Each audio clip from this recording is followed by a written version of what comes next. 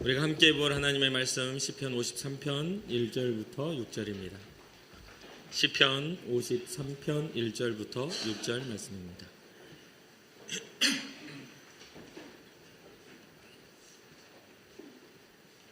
찾으셨으면 한 목소리로 합독하도록 하겠습니다.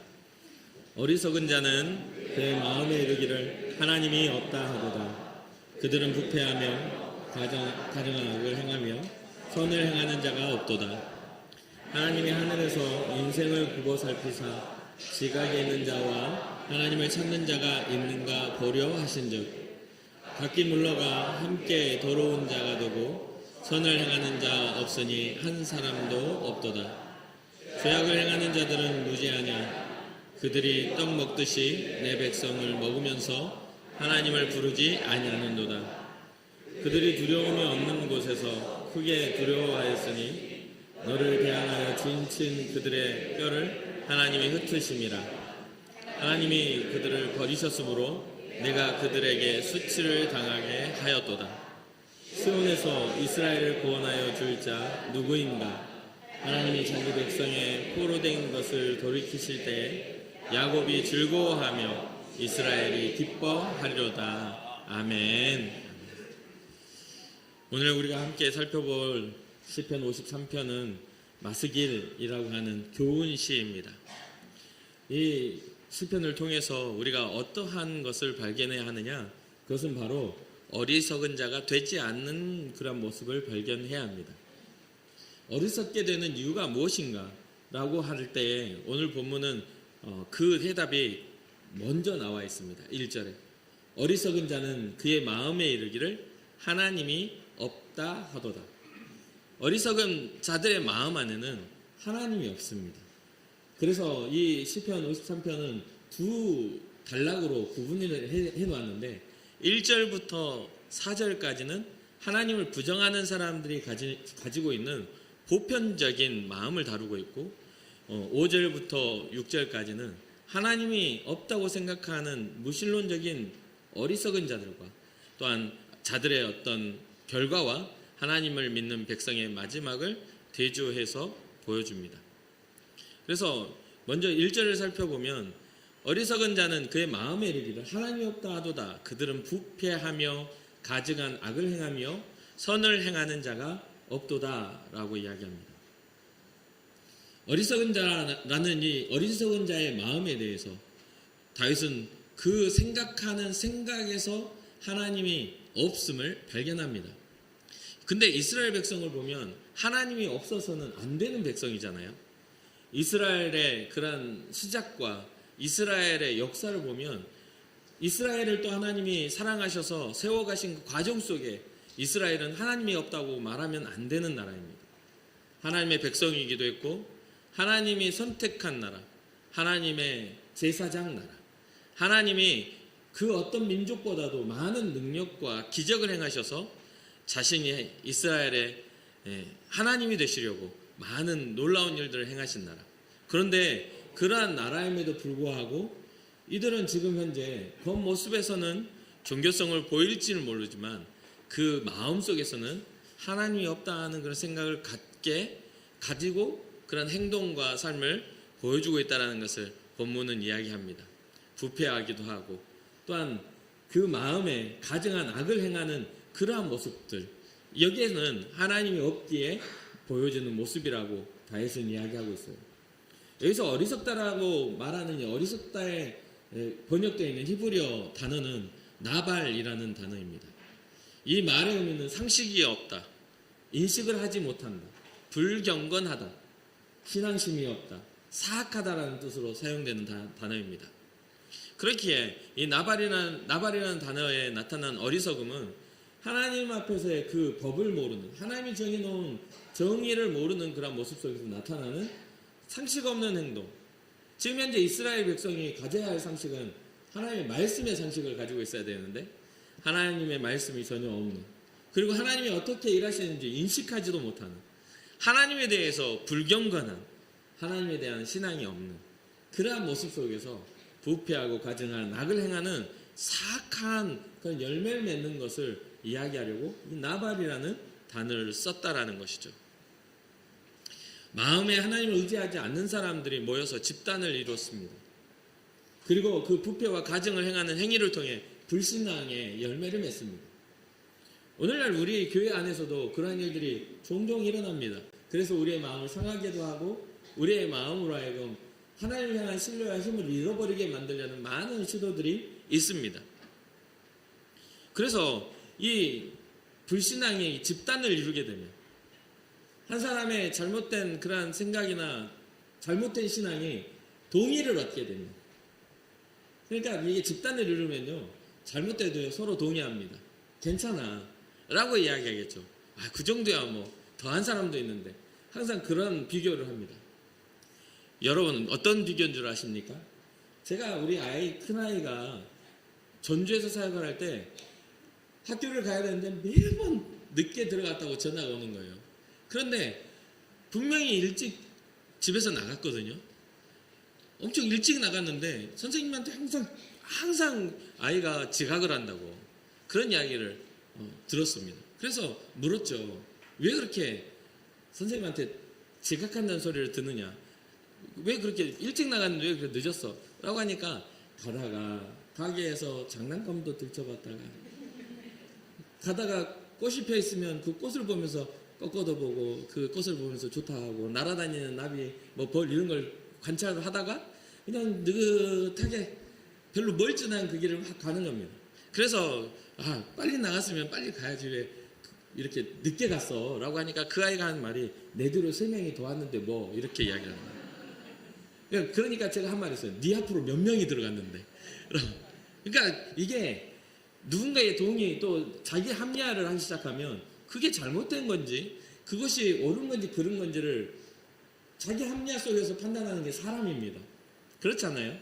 어찌 보면 사회적인 그런 모습을 봤을 때는 그 아이는 상상하며 그 아이가 가지고 있는 그런 것들이 즐거울지는 모르지만 학교라는 규칙이 있는 그 공간 안에서는 지각생에 불과하는 것이죠.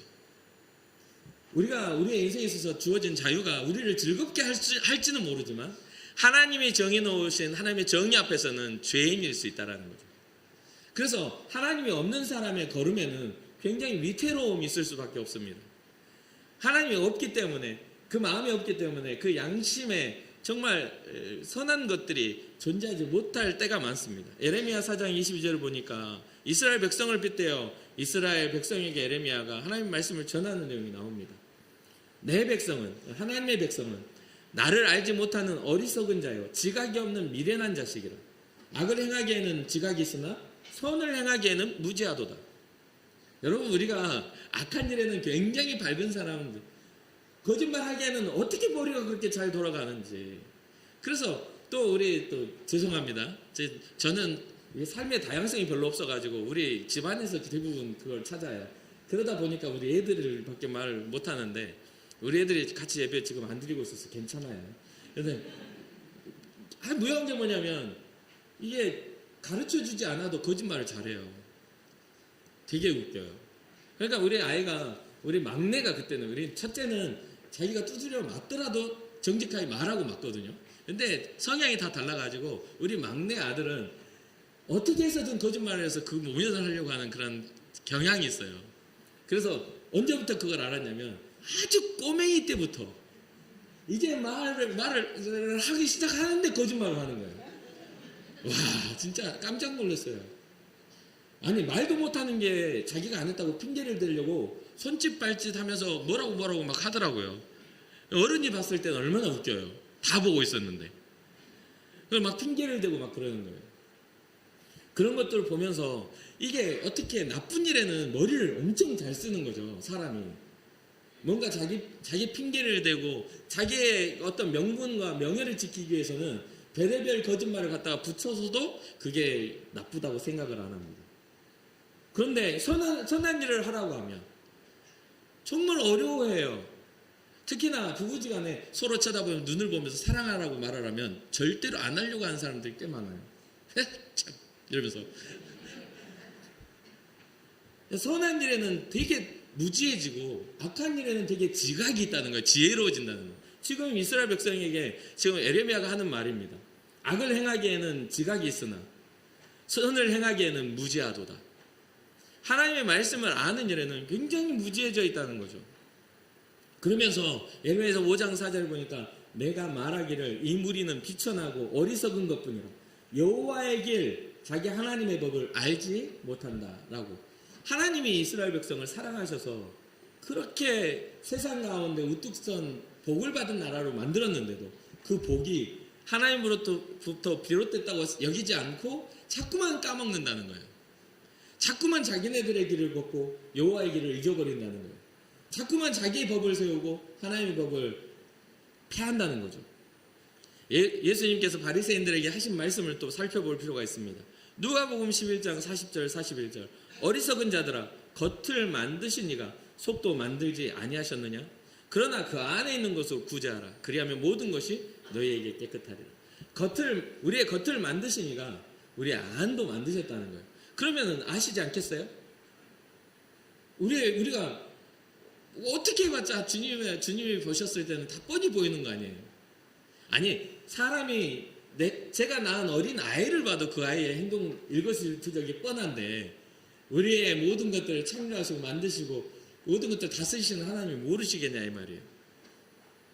마태복음 7장 26절에 예수님이 그럼 오죽 답답하면 이런 말씀을 하셨을까 싶어요. 나의 이 말을 듣고 행하지 아니하는 자는 그 집을 모래 위에 지은 어리석은 사람 같으니. 지금 어리석은 사람이라는 거예요. 들었는데 행하지 않는다. 그 왜 행하지 않는 것이죠? 하나님의 말씀이 선포되어지고 회개하라 천국에 가까이 왔다라고 선포하시며 여러 기적과 여러 교훈을 통하여 하나님의 뜻을 분명히 드러내 주시는데도 행하지 않는 이유가 뭡니까? 그것은 불신앙이에요. 하나님이 개입하시지 못하실 거라는 그런 어떤 불신앙이 있기 때문에 그래요.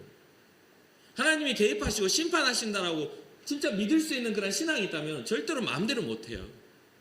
마음대로 못해요.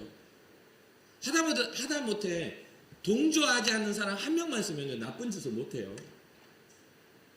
그렇잖아요. 나쁜 짓 못해요. 아니 그거를 뻔히 알고 있는데 어떻게 해요?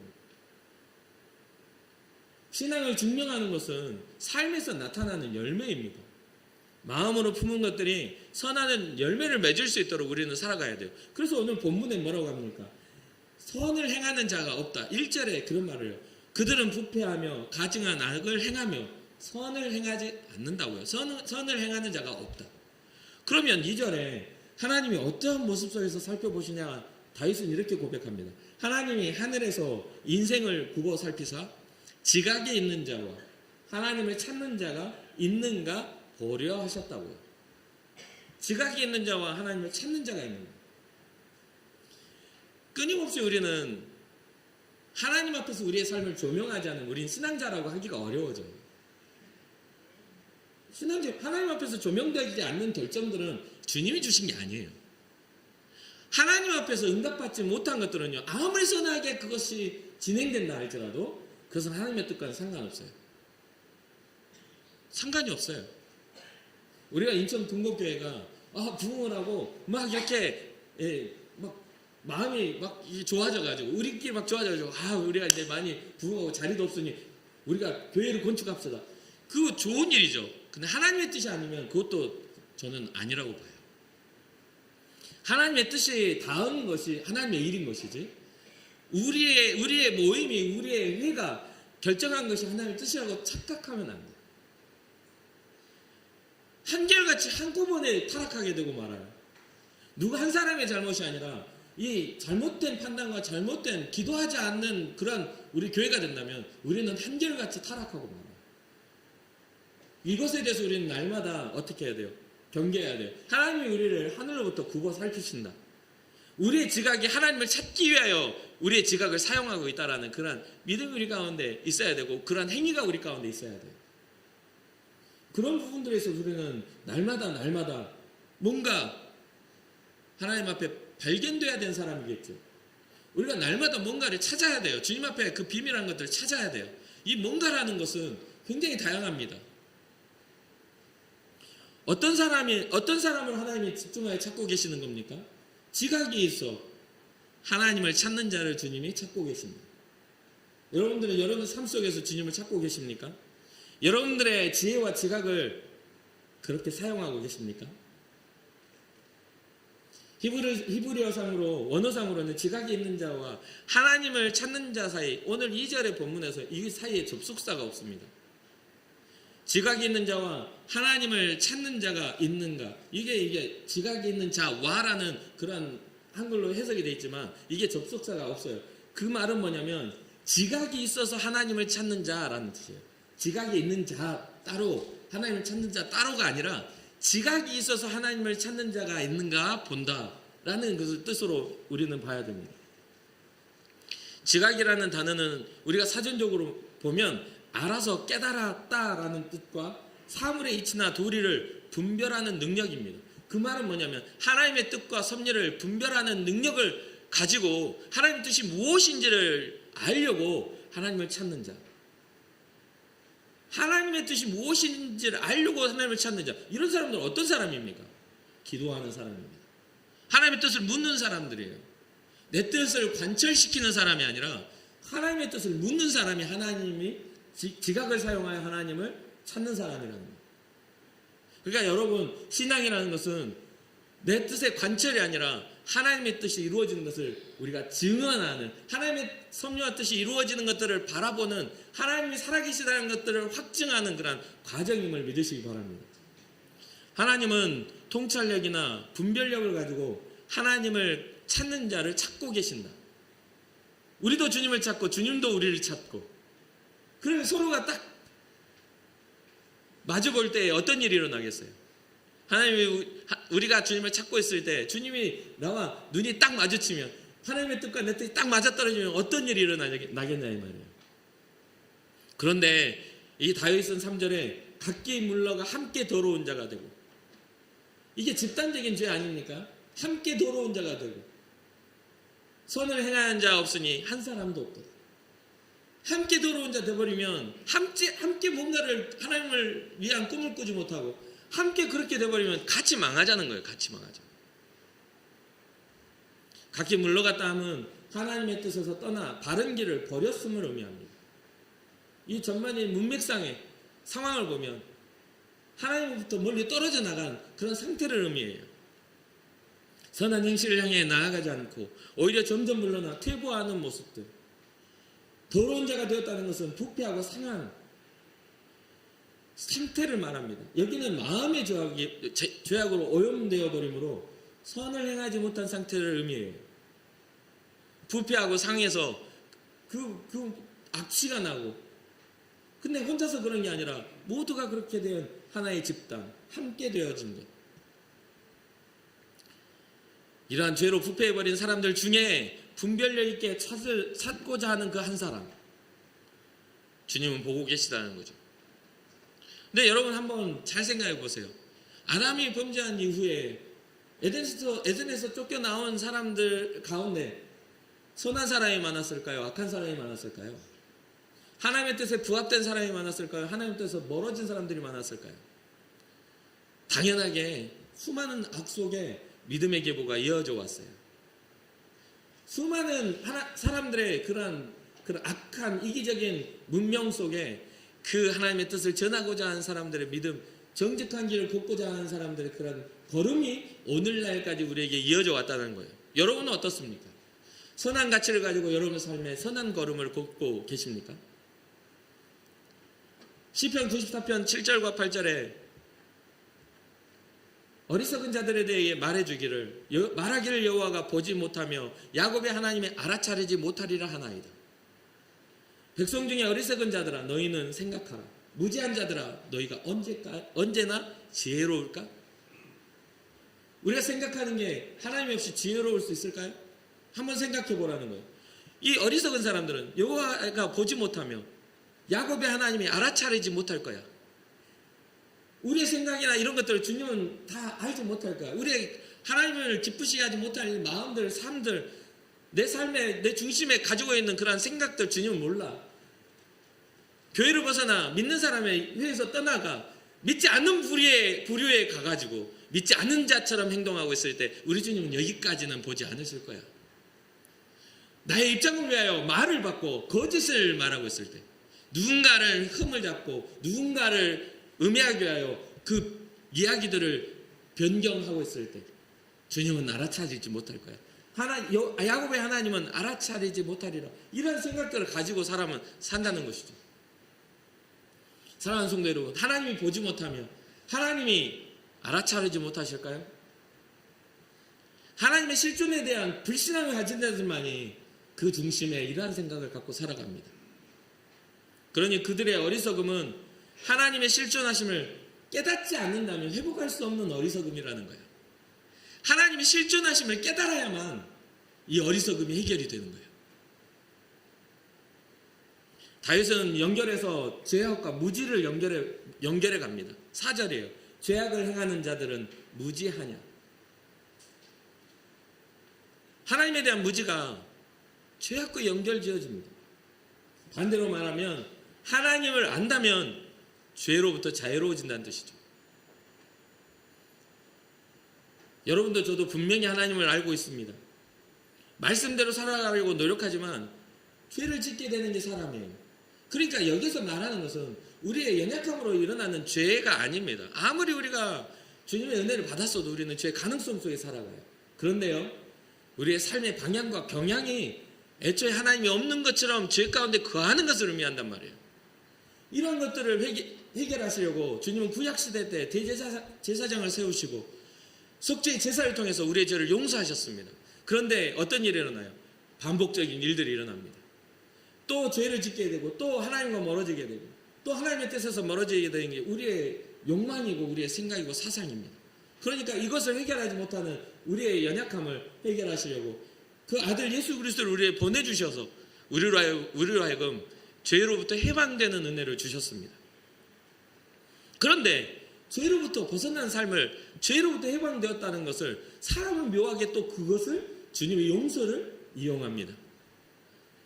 하나님 앞에 용서를 받았으니까 나는 이제 용서받았으니까 앞으로의 지어질 죄에 대해서도 누가 용서하냐면 내 자신이 용서합니다. 바르게 살고 거룩하게 살려고 하는 몸부림이 없이 결국은 하나님 앞에 내가 용서함 받은 사람이니까 나는 내 욕망대로 살 거야 라고 생각하는 사람들이 또 양산되게 되는 것이죠. 그러면서 그런 것들을 실망하고 믿음에 대하여 주님에 대하여 실망하여 교회를 떠나는 사람들을 만들어내는 그 경우들이 생겨납니다. 이게 한번 용서받으면 다 용서받은 것으로 생각하고 우리에게 그 용서받은 자유를 악을 향해 써버리니 그런 부분들이 오히려 또 다른 악을 형성하여 다시 예수 그리스도를 십자가에 못 박아야 되는 그런 일들이 일어나게 되는 것이죠. 하나님의 용서를 이용하는 신앙이라면 과연 여러분 신앙이라고 할 수 있겠습니까? 여러분들 용서하신 하나님의 용서를 혹시나 우리가 이용하고 있다면요, 스스로 만족하고 우리가 잘못 살고 있는 것들에 대해서 우리가 영적 나태함에 빠지고 있는 것들에 대해서 여러분이 용서하고 있다면요, 나 자신의 나태함을 내가 용서해야 될 건 아닌 겁니다. 이것에 대해서 우리는 굉장히 깊은 고민을 해보아야만 합니다. 갈라디아서 5장 1절에 보면 그리스도께서 우리를 자유롭게 하려고 자유를 주셨으니 그러므로 굳건하게 서서 다시는 종의 멍에를 매지 말라라고 이야기합니다. 분명히 자유를 주셨는데 왜 종의 멍에를 매지 말라고 하는 겁니까?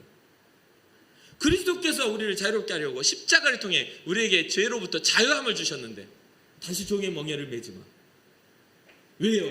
그것을 또다시 맬 수 있는 자유가 여전히 우리에게 남아있기 때문입니다. 이 자유의지는 여전히 죄 앞에 우리 앞에 있는 겁니다. 그래서 주님이 가인에게 하신 말씀처럼 죄의 요구는 네 앞에 있지만 너는 그 죄를 다스리라고 말씀하신 그 요구가 여전히 우리 앞에 있는 겁니다. 십자가에 우리 주님이 죽으셨어도 우리는 그 십자가까지도 이용하여 죄를 짓는 그러한 존재이기 때문이죠.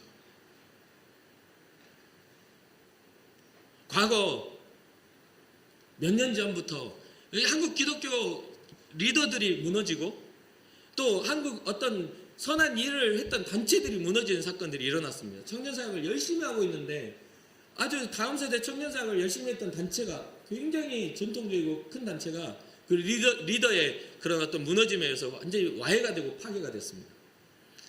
제 마음이 너무 아프고 괴로웠어요. 진짜 너무너무 그 소식을 들으면서 정말 괴로웠어요.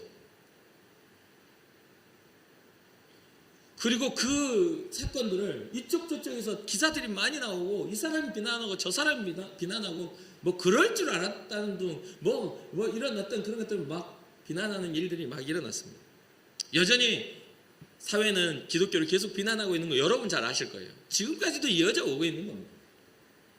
작은 부분에서 큰 부분에 이르기까지 세습이네 무슨 뭐네 하면서 여러분 다 그런 인식들이 있을 겁니다. 그렇죠?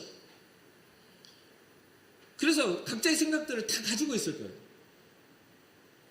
저도 그때 마음이 많이 상했어요. 세습의 문제야 뭐 오래전부터 일어났던 이야기고 교회 세습이라는 게 많이 이렇게 일어나요. 근데 그때 제가 하나님 앞에 마음이 상해 엎드려서 정말 힘이 하나도 없는 거예요. 엎드려 기도하며 말씀을 준비하는데 이 말씀도 준비가 안 되고 앞에 서 있는 제 스스로 너무 부끄러워지는 겁니다. 되게 힘이 빠지는 거예요. 마음이 상합니다, 주님. 정말 마음이 상합니다. 라고 하면서 엎드려 있는데 어느 순간에 계속 마음이 상하니까요. 계속 그런 기사를 제가 찾아보고 있더라고요, 제가. 그걸 계속 쳐다보면서 마음 상해하고 있어. 계속 하면서. 그러다가 한번 뭔가 하나를 발견했는데 뭐를 발견했냐면요.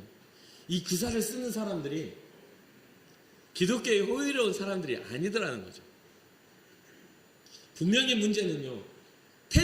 우리가 아담의 범죄 이후로 사회적인 문제가 없어진 적이 없습니다. 죄의 가능성으로부터 자유로운 사람 아무도 없습니다. 앞에는 저도 마찬가지입니다. 마음 상해할 것도 하나도 없더라고요. 저도 똑같은 죄인이다 보니까. 결국에는 어떠한 결론을 맺었냐면 주님이 하실 거라는 그러한 결론을 맺고 제가 가야 할 그 길을 올곧게 걷는 일에 내 자신에게 집중해 봐야 되겠다. 누군가의 무너짐이 내 마음의 상함이 아니라 내가 올바로 걷지 못함이 내 마음의 상함이 되어야 되겠다. 주님이 보시는 것은요. 한 사람을 찾는 거잖아요. 지금 인생을 구워 살피신 그러한 것들이 하나님을 찾는 자가 있는가 보려 하는 그 단수잖아요. 찾는 무리가 아니라 찾는 자가 있는가. 하나님을 기뻐하는 그런 삶을 내가 사용하지 못하고 있다면 그들과 나의 다를 바가 뭐가 있냐는 거예요. 그래서 그때 이후로부터 더 집중했습니다. 하나님을 위한 그런 몸부림이 내 안에 있기를 원합니다. 그래서 제 삶에 작은 거짓이나 작은 나의 입장을 대변하기 위한 작은 거짓말도 끌어오려고 하지 않았어요.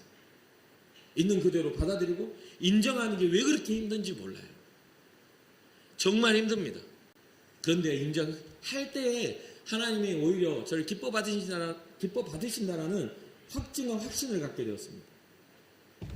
그래서 여러분, 우리가 이렇게 목회를 이제 1년이, 지금 9월이 딱 1년 되는, 어떻게 이렇게 시간이 빨리 가는지 1년 되거든요. 앞으로 이제 올 때 한 24년 만으로 이제 하고 하니까 24년 남았다고 하는데 이제 23년 남았는데 23년 남은 동안에 여러분들 저를 악한 일에 꼬시려고 오지 마세요. 목사님 누가요? 그래가지고 욕하고 올 것 같으면 저는 신방 거절. 혼자서 해결하세요, 그거를. 진짜 악한 마음이 들면 기도하셔야 될 거 아니에요? 누군가 욕하고 싶으면 그를 위해 기도하는 게 기독교가 갖는 힘입니다. 낱낱이 파헤쳐가지고 드러내가지고 상처 입히고 그런 걸 막 개혁해야 된다? 저 많이 봤어요. 제가 다녔던 교회에서 어떤 교회는 1200명까지 모였다가 그런 개혁 운동이 일어나가지고 200명 남겨놓고 1000명이 나갔어요. 그리고 바로 그 교회 앞에다 교회를 더 크게 지어놓고 그 안에서 또 분열을 하는 거예요. 바른 이야기를 한다고 해서 바른 게 아니에요. 하나님의 말을 해야 바른 겁니다. 세상의 인식이야. 뭐 모릅니까? 그거 모르겠어요? 그렇게 말하지 않아요. 다 알고 있어요. 양심의 화에 맞았는데 그걸 어떻게 인정하냐 이 말이에요. 싸우려면 어떻게 해야 되냐면요. 서로 악해지지 않으면 싸울 수가 없습니다. 그거를 아셔야 돼요. 싸움에는요. 서로 격한 마음이나 서로 미워하는 마음이 일어나지 않는 이상 싸움이 안 일어나요. 예수님이 우리에게 주신 가치가 뭡니까? 세상과 맞서 싸우신 겁니까? 잘못된 것들을 드러내서 헬레니즘 문화의 그 로마의 황제를 비난하기 위해서 주님이 오신 겁니까? 주님은 하나님의 사랑을 확증하기 위해서 오신 거잖아요. 내 입술에 성령의 이야기가 나오는 건지 내 말이 나오는 거지. 나의 말은요, 나의 입장인 것이 정의가 아닙니다. 내 입장을 정의처럼 이야기하면 안 돼요. 무슨 뜻인지 이해되시죠? 나의 말을 하나님의 말인 것처럼, 하나님의 공의인 것처럼 말하면 큰일 나요. 하나님의 말씀은 이해되지도 않고, 하나님의 말씀은 설득력도 없어요. 왜요? 은혜이기 때문에. 은혜이기 때문에 그래요. 사랑이기 때문에. 사랑하는데 무슨 내가 사랑을 이렇게 해서 이렇게 표현해가지고 이렇게 했으니까 이해되지. 이렇게 말하는 사람이 어디 있습니까? 우리 아내가 자녀들 사랑하는데 이해시키는 게 하나도 없어요. 아침에 몸 아파도 일어나서 밥 짓고 있는 게 사랑이야. 애들이 다 알아요. 엄마 힘든데 일어나셨어요. 밥 먹고 가야지. 이러면서. 그게 무슨 설득력이냐 이 말이에요. 예수님의 십자가는 우리에게 설득을 요구하지 않습니다. 우리를 설득시키지 않아요. 그런데 오늘날 우리는 믿음이 이해돼야만 믿는다고 생각하는 시대에 살고 있단 말이에요. 그럼 이해되지 않으면 안 믿겠다는 소리밖에 안 되는 거예요. 근데 믿음의 영역은 이해가 아닙니다. 믿음의 영역은 감동이고, 믿음의 영역은 관계이고, 하나님이 내가 아버지라 부를 때, 하나님을 나의 주인이라고 인정할 때 믿음의 영역은 확장되는 거잖아요. 어리석은 자의 품은 마음은 하나님이 없다 한다고요. 그러니 말도 하나님이 없는 말을 하고 생각도 하나님이 없는 생각을 하게 되겠죠. 그럼 그 말이 뭐겠어요? 우리가 교회 안에 있어도 교회의 직분을 가진, 목사의 직분을 가진 입장을 표명하는 것밖에 안 되지 않겠어요? 예수의 복음이 없는, 생명이 없는 복음은 아무런 의미가 없어요. 앞으로도 여러분, 앞에서 제가 설교할 때 생명이 없는 설교하는 것 같으면 와서 말씀하세요. 어디서 많이 막 유튜브 듣고 와가지고 할 거 아니에요. 목사님의 설교에는 회개가 없어. 그런 이야기 많이 하더만. 맨날 저는 회개하라고, 오늘 또 회개로 시작하고 회개하라고 하는데도 안 들으면요, 목사님의 설교에는 생명이 없어. 그럼 또 똑같은 이야기 하면 목사님 설교는 매번 똑같아. 도대체 어떻게 하자는 겁니까? 하루 이틀 살아가는 것도 아니고 한 번, 두 번 예배 드릴 것도 아닐 거잖아요. 성경이 똑같은 이야기를 몇천 년 동안 똑같은 이야기를 똑같이 말합니까? 다른 상황에서 말씀하고 계시는 거잖아요. 평안할 때도 주의 복음을 말하고, 고난받을 때도 말하고, 뭐 하라고? 주님을 경외하라고, 하나님을 경외하라고. 원리는 똑같아요. 근데 삶의 모양이 다를 뿐이죠. 다니엘의 삶이 다르고 다윗의 삶이 다르고, 다른 과정 속에서도 우리는 누구를 찾아야 돼요? 하나님을 발견하는 겁니다. 5절과 6절입니다. 시인은 이 다윗은 하나님이 없다고 여기는 그들에게 일어날 반전을 이야기해요. 5절을 잘 보세요. 이 말이 조금 어렵거든요. 그들이 두려움이 없는 곳에서 크게 두려워하였으니 너를 대항하여 진친 그들의 뼈를 하나님이 흩으심이라. 너를 대항하여 진친, 너라는 이 존재는 하나님을 경외하는 자를 죽이려고 어떻게 됐습니까? 무리를 이룬 겁니다. 그들이 너희를 아니고 그들이 하나님을 경외하려는 너를 대항하여 진을 쳤다는 거예요. 무리가, 이 세상이 우리의 믿는 자들의 삶을 무너뜨리려고 진을 치고 기다리고 있다는 거예요. 마귀는 우리의 믿음을, 개인의 믿음을 상실시키려고 수많은 사회를 움직인다는 거예요. 무슨 뜻인지 이해가 됩니까? 여러분들이 보는 기사에 하나님의 뜻이 드러나 있지 않으면 여러분들은 계속해서 하나님의 뜻에 대해서 의심하게 된단 말이에요. 어떤 사건과 뉴스에 좋은 건 잘 말 안 해요. 뉴스는 다 안 좋은 것만 말해요. 교회에 대해서 부정적인 걸 이야기할 때 우리는, 여러분 교회 다녀보셔서 알지만 부정적인 게 그렇게 많습니까? 아마 1년에 한 번, 2년에 한 번, 10년에 한 번 일어날 일들이 교회를 무너뜨리는 거 아니에요? 수많은 선한 일들을 교회가 쌓아가고 서로 연합하여 서로를 기도하다가 뭔가 한 가지 사건에 의해서 무너지는 그러한 정도의 우리의 신앙을 가지고 있다면 우리는 서글프고 슬픈 일 아닙니까? 예수 그리스도의 십자가로 세워지는 그 어떤 신앙이 누군가의 말 한마디로 내 신앙이 뺏긴다는 건 너무 웃기는 이야기잖아요. 그러니까 그들이 너를 무너뜨리려고 진을 쳤는데 하나님을 믿는 사람에게 하나님이 어떻게 했냐면 하나님이 흩으셨다. 그들의 뼈를 하나님이 흩으셨다. 그 말은 뭐예요? 그들을 제거해버리십니다. 심판인 거예요. 그러면서 하나님이 그들을 버리셨으므로 하나님의 반대편에 서 있는 사람 하나님 버리시고 하나님 편에 서 있는 너는 하나님이 지키신다는 그러한 믿음. 그러면서 네가 그들에게 수치를 당하게 하였도다. 나는 혼자지만 무리가 와도 하나님이 나와 함께 하시면 수치스러움은 그들이 당할 일이라는 거죠. 왜요? 이 모든 세상을 하나님이 다스리시는 나라이기 때문입니다. 이것이 신앙이고 믿음이에요. 이걸 어떻게 이해시킵니까? 사랑하는 성도 여러분, 주님 편에 서서 주님이 보호하시는 인생 되기를 주님을 축복합니다. 마귀가 와가지고 쉽게 건드릴 수 있는 사람이 되면 안 돼요. 마귀가 와가지고 건드린다니까 마귀가 막 무서운 모습으로 두려움으로 막 이렇게만 올 줄 아십니까? 잘 한번 봐보세요. 막 아침에 일어나는데 짜증이 나가지고 아내도 보기 싫고 자식도 보기 싫고 막 하면 가서 거울 한번 쳐다보세요. 누가 마귀인지. 보시라고요. 그 아침에 그 가정을 불행하게 만든 사람이 누구인지 한번 보시란 이야기예요. 일을 열심히 하고 성실하게 살고 집에 들어갈 때 뿔이 나가지고 들어가면 누가 마귀인지 보시란 이야기예요. 들어가자마자 집구석 보라고 하면서 성질내면서 들어가고 그러면 다른 사람들이 다 벌벌 떨고 앉아서 오늘 아빠 또 이상해. 그럼 엄마가 딱 단둘이 하겠죠. 다 방으로 들어가. 우리만의 이야기가 아니라 세상 살아가는 삶의 법칙에 하나님의 법이 없는 사람들의 삶의 이야기이지 않습니까? 사랑하는 성도 여러분, 우리 안에 주님의 거룩함이 자리 잡을 수 있도록 주님을 온전히 바라보며 주님을 찾는 지각을 사용하는 여러분과 제가 되기를 주님으로 축복합니다.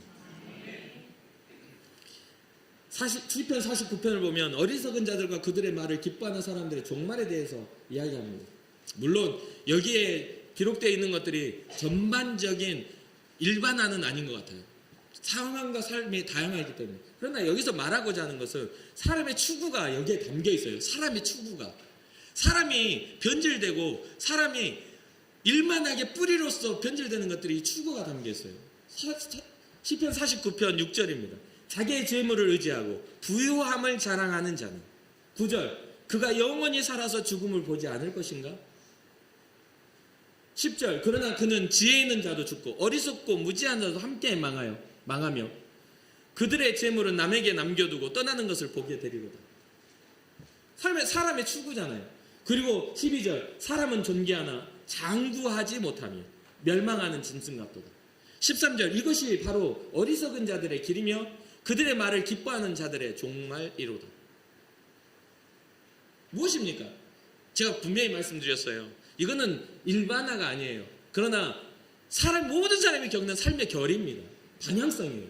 오늘날 사회를 보십시오. 모든 사람들이 진짜 너무나 많은 사람들이 이 물질주의와 개인의 삶의 쾌락을 추구하는 것들이 만연해져 있는 시대에 살고 있습니다. 더 나아가 나의 안위를 위하여 다른 일을 해야 하는 것도 아무렇지도 않게 일어나는 그러한 시대죠. 시편 49편에서 경고하는 자기의 재물을 의지하고 부유함을 자랑하는 자의 삶의 끝. 재물이라는 건 꼭 물질, 돈만이 아닙니다. 뭔가 육체적인 힘이 될 수도 있고 권력이 될 수도 있고 사람이 가지고 있는 인생의 욕망이 될 수도 있어요. 주님 앞에 낮아져야 하고 포기되어야 할 것들을 포기하지 못하니 내 마음에 주님을 받아들이지 못하는 것은 나의 욕망을 포기하지 못하니 주님이 들어오실 자리가 없는 거죠. 감사가 없는 사람은 항상 불평합니다. 사랑이 없는 사람은 항상 미워해요.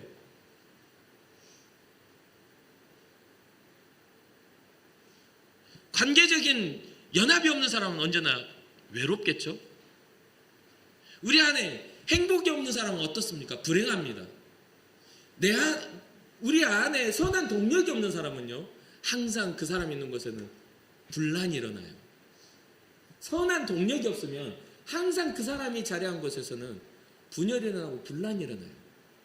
근데 문제는 자기 스스로는 그걸 깨닫지 못한다는 게 문제예요.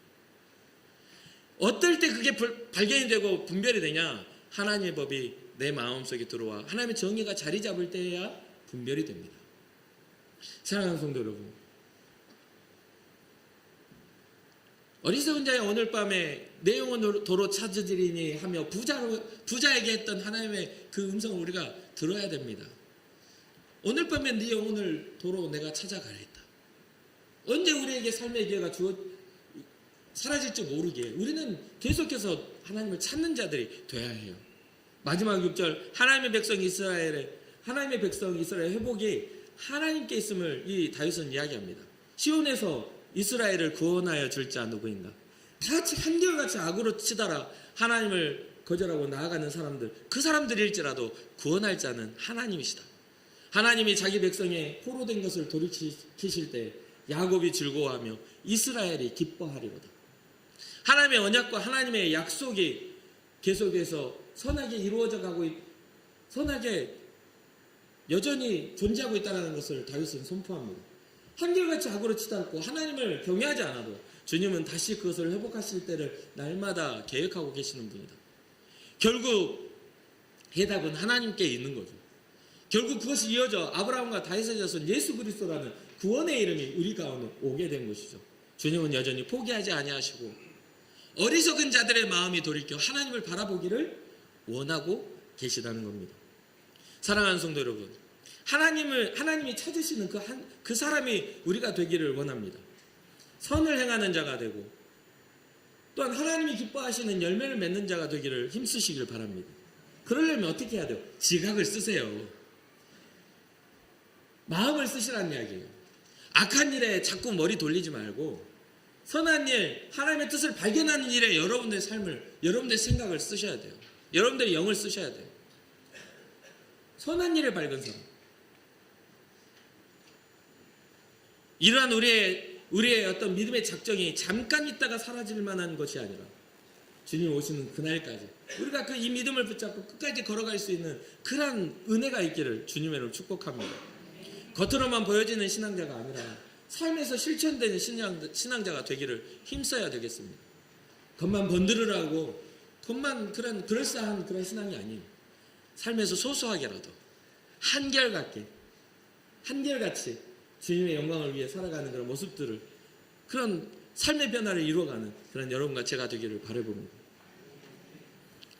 그리고 마지막으로 이 한 사람을 지키기 위하여 그 무리를 흩으신 하나님, 여러분들의 개인의 한 사람의 작정과 믿음의 걸음을 통해 하나님이 여러분들을 지키시기 위하여 여러분들을 통하여 하나님의 하나님 되심을 증명하는 분들이 됐으면 좋겠어요.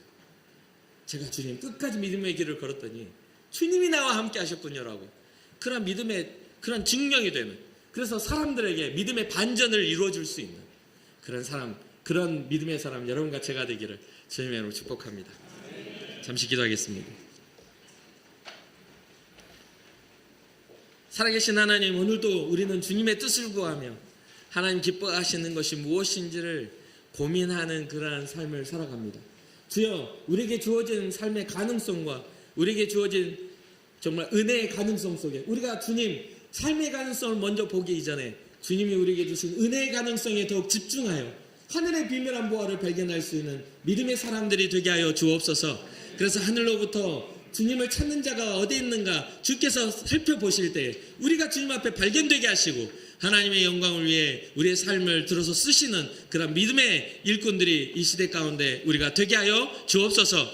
하나님, 인천 지역 가운데 우리 인천 금곡교회를 주목하여 주시고 주 예수 그리스도의 복음과 능력이 우리 교회를 통해서 세상에 전파되며 능력으로 생명 살리는 교회로 나타날 수 있도록 은혜 베풀어 주시옵소서. 날마다 주님을 기쁘시게 할 만한 것들에 대한 고민이 있게 하시고 또한 주님 앞에 나와 예배하며 기도할 때에 응답하시는 주님을 경험할 수 있도록 은혜 베풀어 주시옵소서. 주님만 영광 받아주시고 우리와 함께 계실 줄 믿사옵고 이 모든 말씀 예수님의 이름으로 축복하며 기도합니다. 아멘.